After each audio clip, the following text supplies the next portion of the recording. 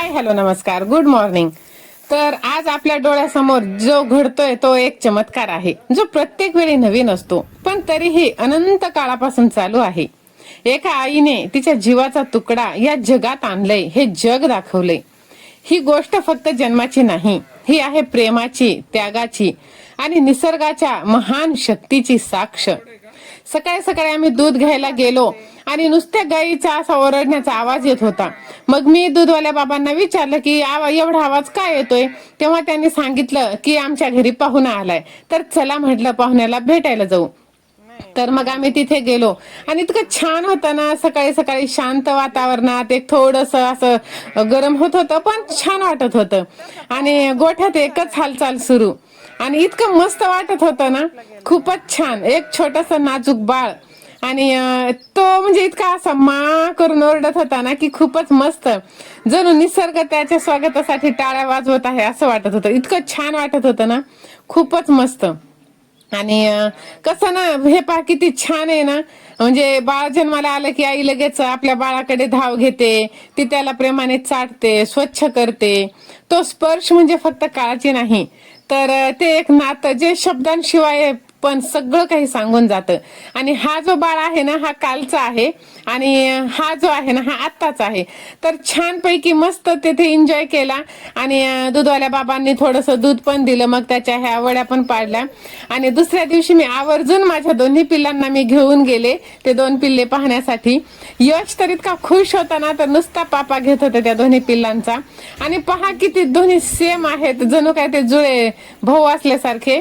तर एक भाऊ आणि एक बहीण आहे, तर खूपच छान असं वाटत होतं। आणि पहा ना किती मस्त।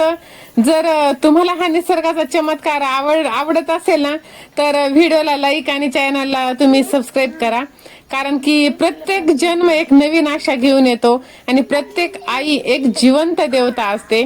ज्याला आई आहे त्यालाच ही किंमत कळणार। खूप काही जगात असे आहेत की त्यांना आई असून सुद्धा आईची काळजी नसते। पण मित्रांनो, मला एवढंच सांगायचं आहे, आई वडील आहेत तर त्यांची काळजी घ्या, त्यांना जपा। जरी आपल्याला प्रत्यक्षात जाऊन त्यांना रोज त्यांच्या सोबत राहणं झालं नाही, तरी दुरून का होईना तुम्ही प्रेमाने दोन शब्द जरी बोलले ना, तरी त्यात ते खुश असतात।